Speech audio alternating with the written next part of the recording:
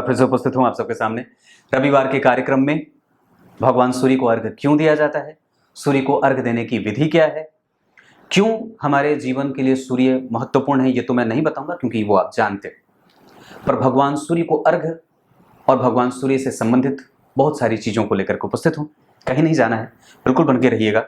ये कार्यक्रम प्रत्येक व्यक्ति के लिए जो सनातन धर्म के अंतर्गत पैदा हुआ है, जो अपने आप को शुद्ध सनातनी मानता है, उसे अवश्य देखना चाहिए और निसंदेह ये बहुत ही महत्वपूर्ण कार्यक्रम सिद्ध हो सकता है। शुरू करते हैं आज का कार्यक्रम। उससे पहले आपको बहुत सारी चीजें बता दूं, यूं ही बता देता हूं। सविता इनका नाम है और एक बार की बात है कि देवासुर संग्राम छिड़ा, सभी प्रकार के धन और स्वर्ग लोक पे असुरों का जो है वो प्रभाव विकसित हो गया, मतलब वो शासक बन गए। उसके बाद जो देवताओं की माता अदिति थी, उन्हें बड़ा दुख हुआ, क्षोभ होता है। फिर वो भगवान सूर्य की उपासना करती हैं। उसके बाद वो सूर्य की उपासना से भगवान सूर्य प्रसन्न होते हैं और उन्हें वर देते हैं, मैं स्वयं अपने संपूर्ण कलाओं के साथ आपके ही गर्भ में उपस्थित होऊंगा और फिर देवताओं को उनका राज्य या उनका वेद उन्हें लौटाऊंगा।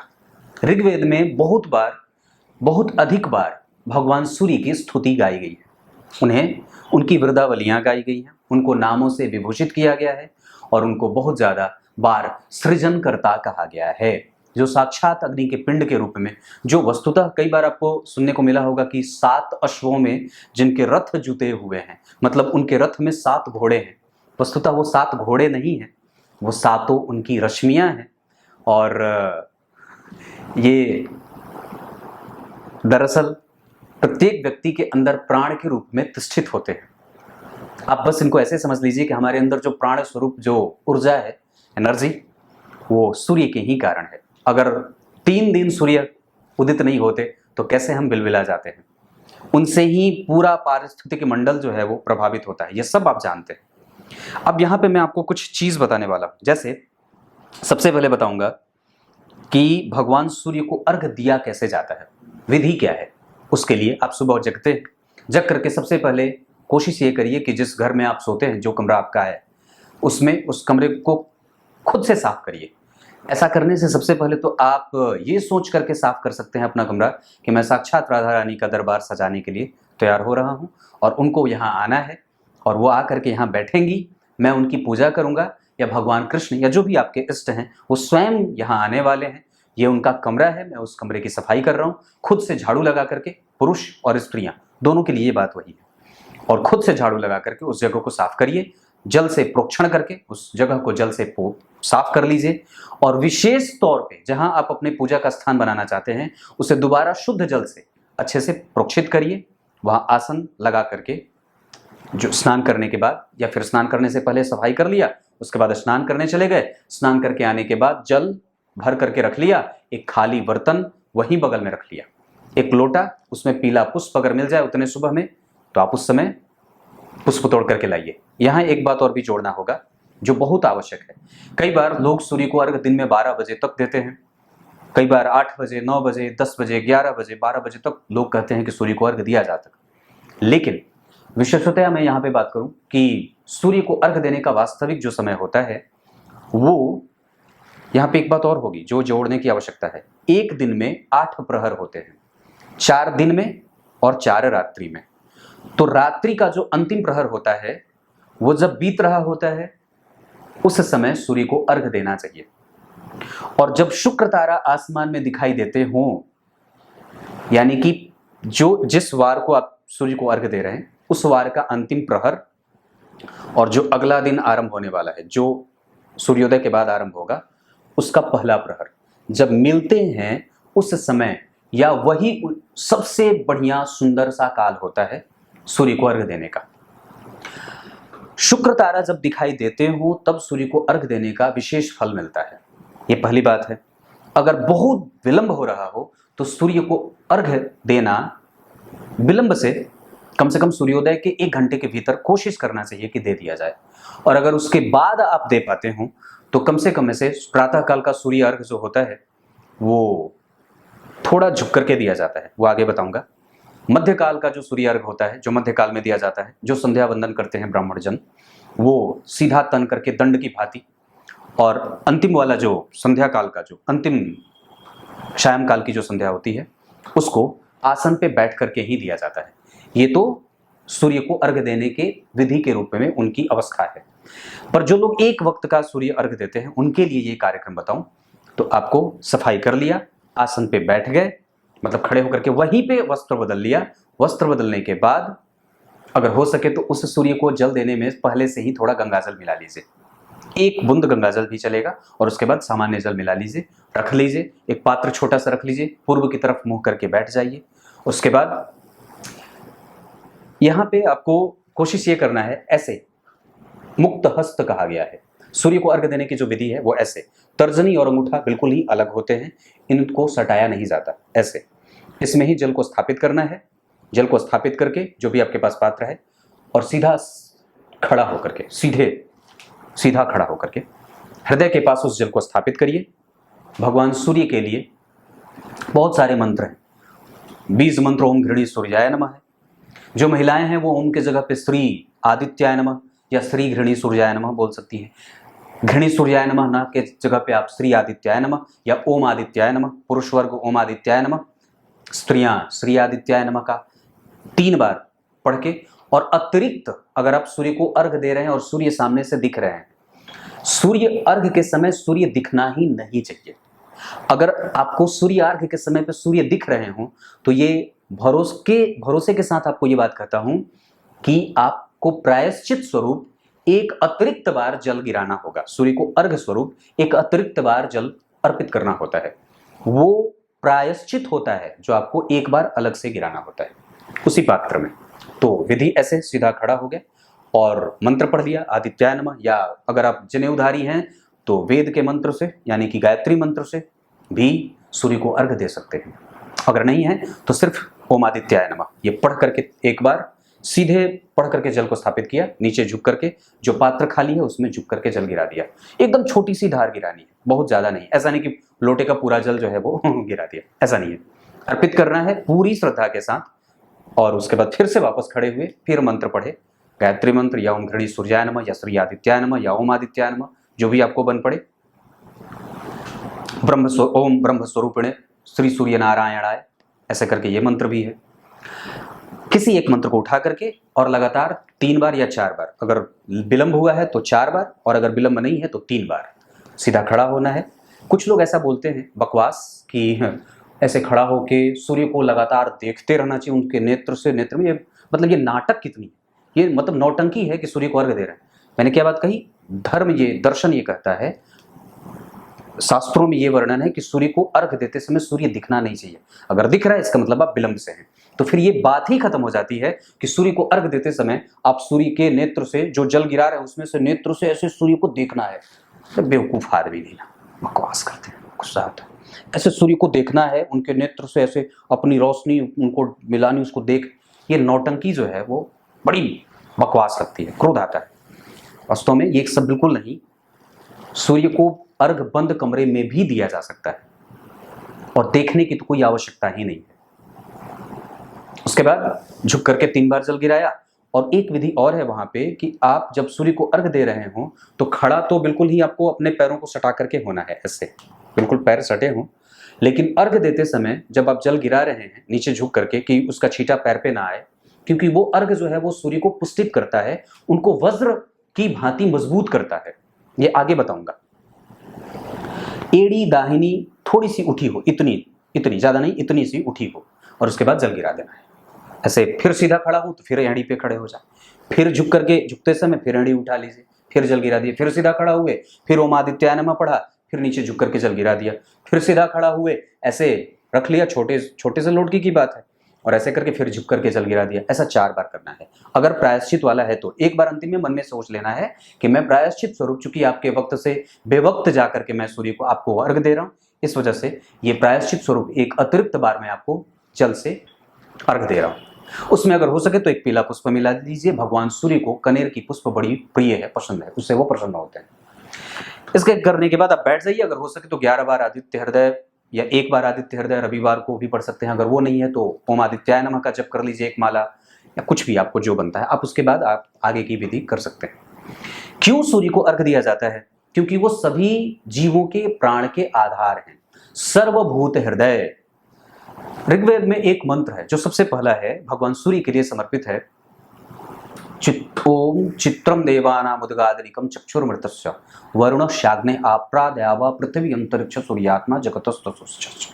ऐसे करके जो पृथ्वी पे जितने भी स्थावर और जंगम हैं, सबके आत्मा के स्वरूप, आत्मा के रूप में, उसमें प्राण के रूप में तिष्ठित हैं, जो चारों वेदों की माता गायत्री के रूप में स्वयं उनकी ही आराधना और उपासना करी जाती है, जिन्हें माता सविता या फिर सविता के रूप में जिन्हें तिष्ठित किया गया है या नाम दिया गया है, आप यही समझ सकते हैं, जिनका एक नाम सविता भी है, जो प्रणव के साथ ही जिनका आरंभ होता है, जिनके लिए समस्त मंत्र उद्भासित किए गए। वो साक्षात नारायण।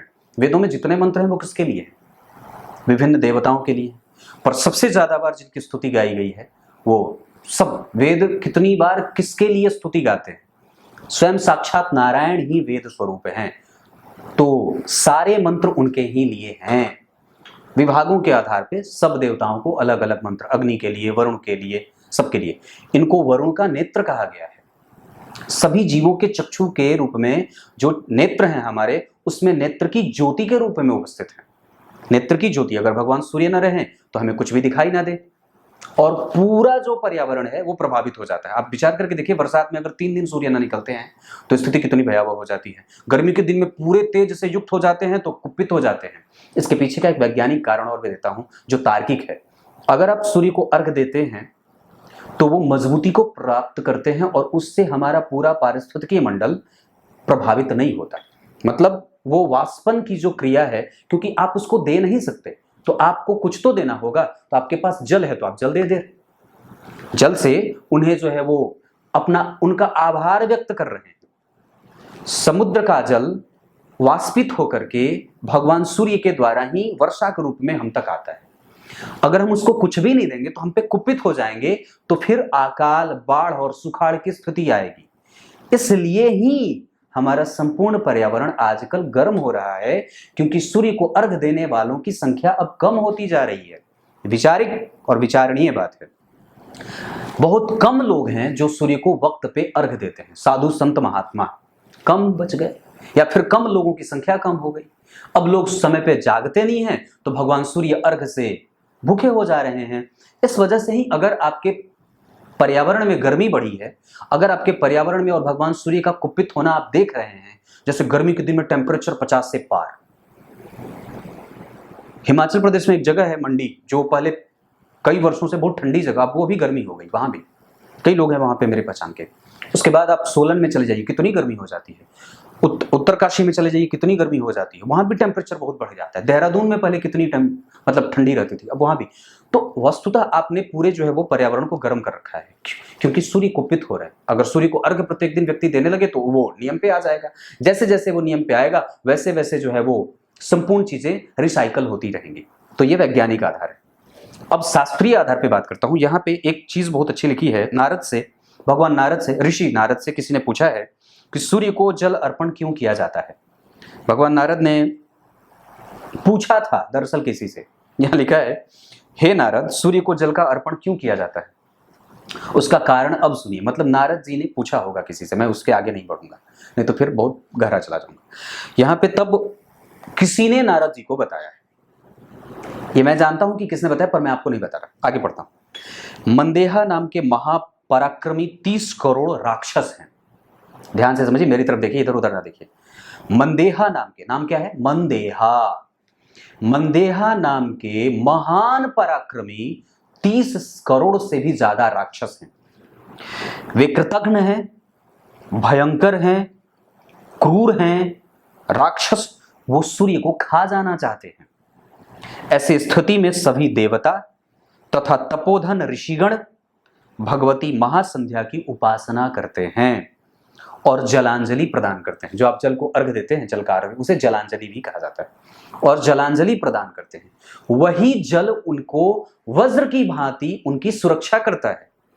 जब हम सूर्य की सुरक्षा नहीं करेंगे, सूर्य को अर्घ नहीं देंगे, तो वो कमजोर होंगे, तो कमजोर होंगे तो कुपित होंगे। बच्चा कुपित होता है तो रोता है, रुदन करता है, फिर बड़ा कष्ट हो जाएगा। यहाँ पे इसीलिए से क्या लिखा है यहाँ पे कि इस प्रकार वज्र के समान हो जाने वाले उस जल से वे दैत्य भस्म हो जाते हैं, और इस कारण से ब्राह्मण शुद्धि उनको अर्घ देते हैं। क्लियर है? मनदेहा। अब यहाँ पे कुछ लोग बेवकूफ़ी करेंगे कि ऐसा कहाँ लिखा है ऐसा। अब इसके लिए पुराण पढ़ने की आवश्यकता है। इसमें आप बहुत सारी चीज़ें पढ़ सकते हैं, आगे कभी होगा तो उस पर भी चर्चा कर दूंगा। क्लियर है ये बात? तो मैंने क्या बात बताई, क्यों आवश्यक है, पारिस्थितिकीय तंत्र में इनकी योग्यता कैसे और इनकी महत्ता कैसे है। उसके बाद शास्त्रीय प्रमाण के रूप में मैंने जो मंत्र कहा है, उसके बाद ये एक कहानी जो इसमें जुड़ी हुई है। इसके अतिरिक्त मैंने आपको सूर्य को अर्घ देने की विधि बताई। सूर्य को अर्घ देने से बहुत सारी बीमारियां, जैसे पेट से संबंधित, हड्डियों से संबंधित, नेत्र से संबंधित, बालों से संबंधित, चमड़ी से संबंधित, पेट के आंतरिक हिस्सों से संबंधित, रेडियोलॉजी से संबंधित और रेडियो एक्टिविटी से संबंधित जितनी भी बीमारियां होती हैं वो भगवान सूर्य को अर्घ देने से दूर होती हैं। नेत्र से संबंधित, बालों से संबंधित मैंने कहा है, आदि आदि चीज़ें। सूर्य को अर्घ देने से आपका प्रमोशन होता है, आपका पद वृद्धि होता है, सूर्य को अर्घ देने से आपका आत्मबल विकसित होता है, सूर्य को अर्घ देने से आपको सरकारी नौकरी में लाभ होता है, आपका संबंध आपके पिता के साथ अच्छा होता है, आप नियम पे जागते और नियम पे सोने लगते हैं, जो सबसे ज़्यादा आज के समय में आवश्यक है, सबसे ज़्यादा आज के समय में आवश्यक है। और क्या मैं छूट रहा हूँ और क्या बताना भूल रहा हूँ? अगर कुछ बोलूँगा, मुझे लगेगा कि मैं कुछ भूल गया हूँ, तो आपको अगले किसी और कार्यक्रम में बता दूंगा। विधि समझ में आ गई? अब जिस कमरे में आप सोते हैं, कम से कम उस कमरे की सफाई की जिम्मेदारी खुद के ऊपर लीजिए, और सूर्य को अर्घ प्रातःकाल अवश्य ही देना आरंभ करिए। कुछ लोगों को ये बात पता नहीं है, इस वजह से मैंने ये कार्यक्रम और भी बनाया है। अब क्या मैं छूट रहा है? अब मुझसे क्या चीज़ छूट सकती है? बहुत सारी चीज़ें होती हैं, बहुत, पर आप लोगों के लिए मैंने ये छोटा सा कार्यक्रम बनाने का प्रयास किया है। मंदेहा नाम के दैत्य भगवान सूर्य को खा जाना चाहते हैं। उनसे उनको बचाने के लिए और उनकी स्थिति को मजबूत करने के लिए, उनके प्रति अपना आभार व्यक्त करने के लिए, हे भगवान जो सर्वभूत हृदय है, सर्वांतर्यामी है, भगवान नारायण के रूप में हमें प्रत्येक दिन दर्शन देते हैं। जो विचार करिए, बड़ी अच्छी बात है, ब्राह्मण, क्षत्रिय, वैश्य और शूद्र, भगवान सूर्य का जो सूर्य षष्ठी व्रत होता है उसमें भगवान सूर्य को वही बांस की बनी हुई डलिया में अर्घ दिया जाता है, जिसे हमारे यहाँ सूप कहा जाता है। उसमें ही फल रख करके सूर्य को अर्घ दिया जाता है। इसके पीछे का जो स्मृति से ये बात कही गई है कि वहां पे भगवान को उस बांस के ही डलिया में सूर्यार्घ या सूर्य को अर्पित फल बहुत ज्यादा प्रिय है।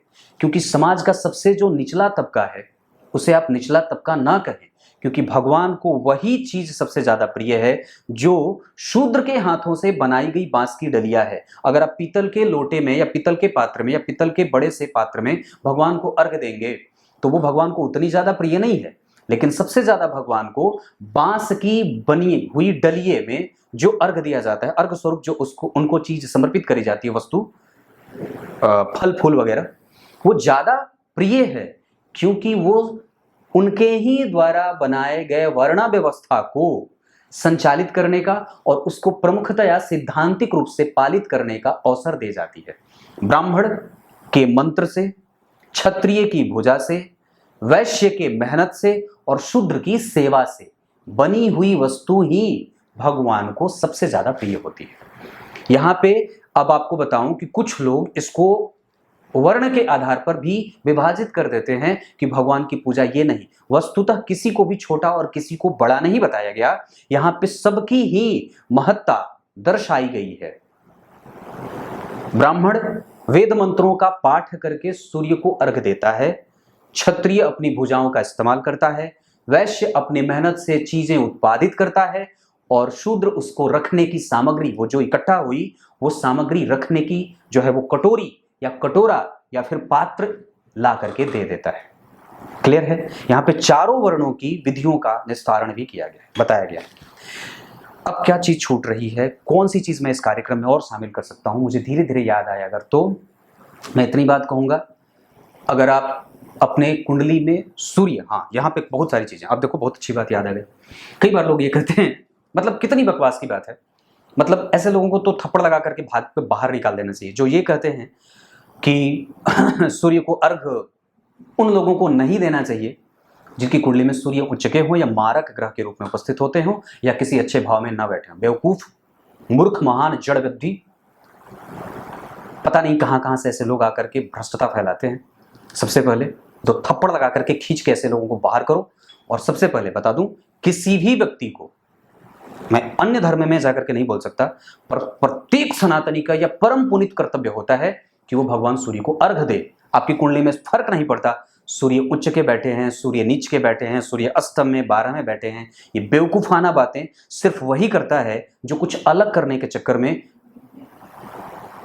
कुछ भी खा लेता है और कुछ भी कर लेता है। अलग करने के चक्कर में कोई नग्न हो जाता है, अलग करने के चक्कर में कोई कुछ भी कर लेता है। मैं उन लोगों के लिए बोल रहा हूं, इसलिए इनकी बातों पर बिल्कुल भी ध्यान ना दीजिए। और निश्चित रूप से भगवान सूर्य को अर्घ देना, यहाँ पे एक बात और भी छूट रही थी जो बड़ी अच्छी है, बता देता हूं। निकट आइए और भी पास आइए मेरे, बहुत अच्छी बात है। सनातन प्रकृति में 3 प्रकार के कर्म बताए गए हैं, नित्य, नैमित्तिक और काम्य। ध्यान से समझिएगा, इस कार्यक्रम को फॉरवर्ड करना है आपको, सब जगह शेयर करना है और बोलना है कि देखो, नित्य, नैमित्तिक और काम्य। नित्य कर्म के अंतर्गत जो चीजें आती हैं उसमें मैं उदाहरण स्वरूप आपको बता दूं, माता पिता की सेवा, भगवान सूर्य को अर्घ, गाय की सेवा, उसके बाद अपने शरीर की सफाई करना, आतिथ्य का सत्कार करना और प्रत्येक दिन कम से कम हवन हुमात वगैरह या दान तप वगैरह कर लेना, मंत्रोच्चार कर लेना। नैमित्तिक कर्म के अंतर्गत और काम्य के अंतर्गत की बातों को हटा देते हैं, पर नित्य कर्म के अंतर्गत ही, चूंकि सूर्य को अर्घ देना हमारे लिए नित्य कर्म का एक हिस्सा है। जैसे हमारे नित्य कर्म में हमें क्या क्या चीजें मिली हैं, हम सुबह उठते हैं, अपने अंगों की सफाई करते हैं, कपड़ा धोते हैं, ब्रश करते हैं, जीभी करते हैं, दातून वगैरह करते हैं। अब जरा विचार करो कि नित्य कर्म के अंतर्गत ही माता पिता की सेवा भी है। अब कोई महान मूर्ख प्राणी अगर ये कहे कि उसने बड़ी माता पिता की सेवा करी थी, बड़ा पुण्य मिलेगा, तो ये गलती है उसकी। दरअसल माता पिता की सेवा करने का कोई पुण्य फल प्राप्त नहीं होता, क्योंकि ये आपका कर्तव्य है, क्योंकि ये आपका कर्तव्य है कि आप माता पिता की सेवा आपको करनी ही है। इसके साथ साथ आपके शरीर की सफाई करने से आप कहेंगे कि मैंने अपने शरीर की सफाई करी तो मुझे इसका फल मिलेगा, ऐसा नहीं है। ये जड़ता मत करना कभी भी दिमाग में कि आप अपने कमरे की सफाई कर रहे हैं तो इसका आपको पुण्य फल मिलेगा, नहीं। ये आपका कर्तव्य है, ये आपको नहीं करेंगे, अगर नहीं होगा, अगर आप सूर्य को अर्घ नहीं देंगे, अगर आप माता पिता की सेवा नहीं करेंगे, अगर आप दातून नहीं करेंगे, अगर अपने अंगों की सफाई नहीं करेंगे, अगर अपने कमरे की सफाई नहीं करेंगे, तो निश्चित रूप से आपको उसका प्रतिफल के रूप में पाप फल भोगना पड़ेगा। लेकिन अगर आप वो करते हैं और ये सोचते हैं कि मैंने अपने माता पिता की सेवा करी है तो मुझे बड़ा पुण्य फल मिलेगा, ऐसा नहीं है।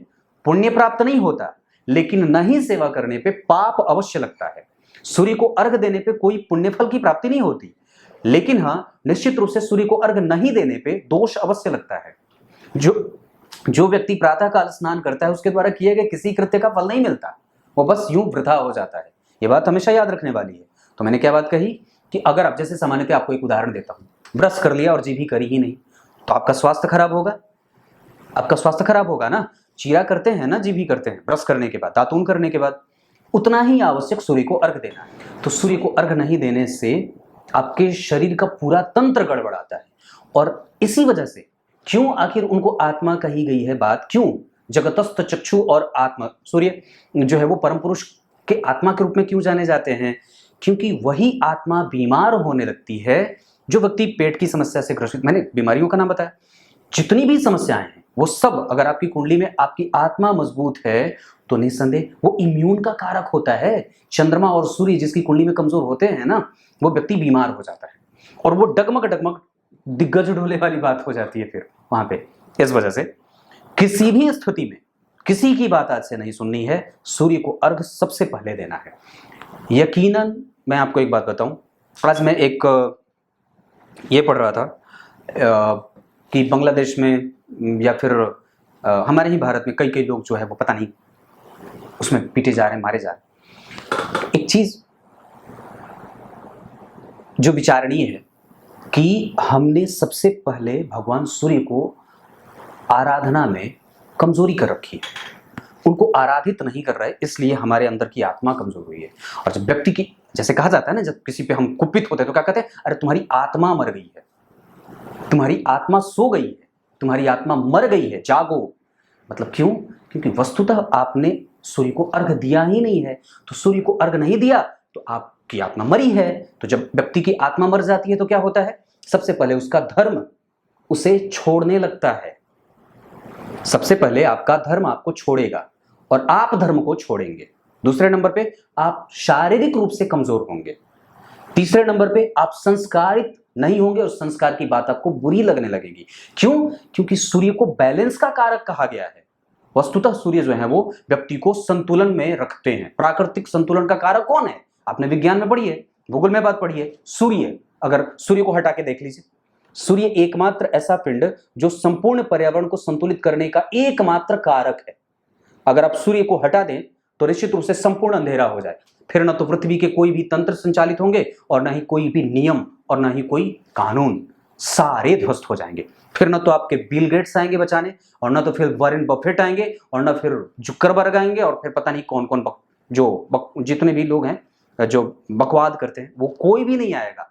वस्तुतः हमें सबसे ज्यादा सूर्य को अर्घ देने की महत्ता इसी से मालूम पड़ती है कि जितने भी लोग हैं, अमेजोन से लेकर के बेजोस है ना, कौन है, जेफ बेजोस, पता नहीं क्या नाम है, सब लोग, जितने भी लोग हैं, वस्तुतः कुछ भी नहीं होगा, सब खत्म, सब बंद। और अगर इसकी एक भी स्थिति गड़बड़ हुई तो आपका संपूर्ण संपूर्ण संपूर्ण संपूर्ण आपकी मानव सभ्यता प्रभावित हो जाएगी। ये आवश्यक है। सिर्फ इसलिए नहीं आवश्यक है कि आप नियम में नहीं आना चाहते, ये सिर्फ इसलिए आवश्यक है क्योंकि आपको आना ही पड़ेगा, आपको आना ही पड़ेगा।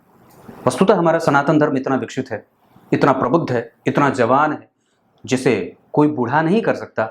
लेकिन निश्चित रूप से हम अगर विमुख होंगे और अपने लोगों को नहीं पहचानेंगे, उनके प्रति अपना आभार व्यक्त नहीं करेंगे, जो हमारे माता पिता हैं, हमें उनको एक वक्त पे आना ही पड़ेगा, उनके लिए उपस्थित होना पड़ेगा। कुछ इसी तरीके से आज के कार्यक्रम का समापन करते हैं। तब तक के लिए इजाजत दीजिए। कल एक बार फिर से उपस्थित होंगे आप सबके सामने। सूर्य को जरूर ही आराधित करिए। सूर्य के मंत्रों का जप आपकी आत्मबल में वृद्धि और निश्चित रूप से आपको तेज से युक्त और पराक्रम से युक्त और महत्वाकांक्षा की आवश्यकता और महत्वाकांक्षा को पूरा करने में सहयोग देते हैं। क्लियर है? सभी लोगों को अवश्य ही सूर्य को अर्घ देना ही देना है। मेरे कार्यक्रम में, मेरे चैनल पर जितने भी लोग हैं, मैंने विधि बताई है। किसी भी तरीके की कोई सवाल की स्थिति होगी, आप निश्चित रूप से कमेंट में पूछेंगे, मैं बताऊंगा। और कई बार अगर होगा तो सवाल पूछिएगा, मैं उस पर कार्यक्रम ही बना दूंगा। तब तक के लिए बहुत बहुत नमस्कार।